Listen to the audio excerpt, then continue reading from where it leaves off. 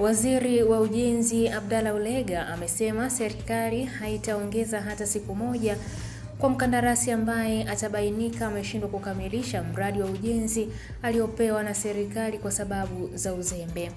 Ulega ameyasema hayo mkoani Lindi wakati akiwa kwenye ziara ya ukaguzi wa ukarabati wa miundombinu ya ujenzi katika mikoa ya Kusini kufuatia maelekezo yaliyopewa na Chama cha Mapinduzi CCM baada ya mvua kubwa zilizonyesha mwaka huu kuharibu barabara. Waziri huyo amewaambia wakandarasi hao kuwa wakati mzuri wa kumaliza kazi zao ni huu kabla ya kuanza kwa mvua za vuli, na kwamba hatarajii wananchi kuteseka tena wakati wa mvua hizo kwa sababu ya uzembe wa waliopewa kazi ya kujenga barabara na madaraja. Katika ziara hiyo ya ukaguzi, Waziri Ulega aliwasilisha pia salamu maalumu za upendo kutoka kwa Rais Dr. Samia Suluhu Hassan kwa wananchi wa mkoa wa Lindi, ambako kwa sasa serikali yake inaendelea na ujenzi wa miradi mikubwa takriban 13 inayofadhiliwa na Benki ya Dunia. Mbunge huyo wa jimbo la Mkurange amewataka wakandarasi wanaojenga madaraja ya barabara unganishi mkoani Lindi kuongeza kasi ya ujenzi wa miradi hiyo ili ikamilike mapema mwezi Septemba kabla ya kuanza kwa mvua za vuli. Ujenzi unaoendelea kwa sasa katika barabara kuu inayotoka Dar es Salaam kwenda mikoa ya Kusini unafuatia athari za mvua za El Nino na kimbunga Hidaya ambavyo kwa pamoja vilisababisha kukatika kwa barabara za Marendego na Ngurukuru, Lindi Mingoyo, Kiranjeranje na Michiga, Tingi Kipatimo na Ngurukuru Liwale na Liwale na Chingwea.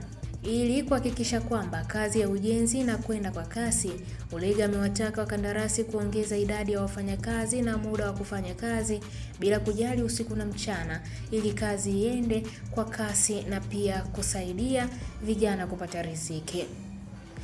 Waziri Ulega amekagua na kuridhishwa na hatua zilizofikiwa na ujenzi wa daraja la Somango Mtama mita 60, Mikerengende mita 40, Njega 2 Matundu mita 60, Miguruwe mita 39, Zinga mita 18. Hii ni ABT Media na mimi ni Irene Nzikwe. Chama cha Mapinduzi kiliniagiza na kunielekeza nije Liwale niwaambie watu wa Liwale juu ya mipango mikubwa na mizuri iliyopo, na mimi nikaitika nikasema nitakuja Liwale. Kwa kweli barabara imeharibika, na ni ukweli kwamba usafiri na usafirishaji hapa utachukua muda mwingi sana, ama unachukua muda mwingi sana. Ni maelekezo yangu kwa meneja wa TANROADS wa mkoa hakikishe nikiondoka tu leo, kuanzia kesho yeye na timu, na bahati nzuri yuko na mkurugenzi kutoka wizarani pia, wafanye kazi ya kuwaita makandarasi na kuisafisha barabara. Badala ya kutumia masaa 6 mpaka 7, watu watumie maximum masaa 3 mpaka 4. Kwa hivyo la kwanza ni hilo. Wakati tunasubiri mipango mikubwa, ni muhimu kuhakikisha meneja acha mambo mengine yote, weka nguvu hapa, safisha hiyo barabara. Magari ya abiria na magari ya mizigo yapite katika kipindi hiki cha kiangazi, vyakula vipite na abiria wapite pasipo na tatizo lolote. Watu wa Liwale nataka niwahakikishie, nimekagua madaraja yote leo. Yale ya barabara kubwa nimekwisha kuyaeleza, lakini nimekagua madaraja ya pale Zinga, nimekagua daraja lingine Zinga kwa Msauzi, nimekagua kote humo Kimambi, kote nimekagua madaraja.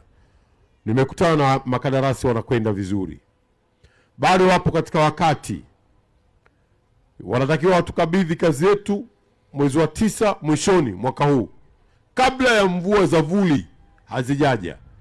Lazima wao wametukabidhi kazi. na nimewaambia wataalamu wasiwaache wao wakakaa ofisini. Ni lazima watoke ofisini na waende site kila mara kukagua na kuona nini kinaendelea.